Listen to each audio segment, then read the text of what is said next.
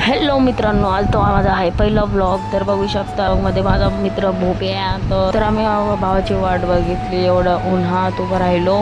निघलो आम्ही तिघं. मग माझ्या जुन्या घरी आलो.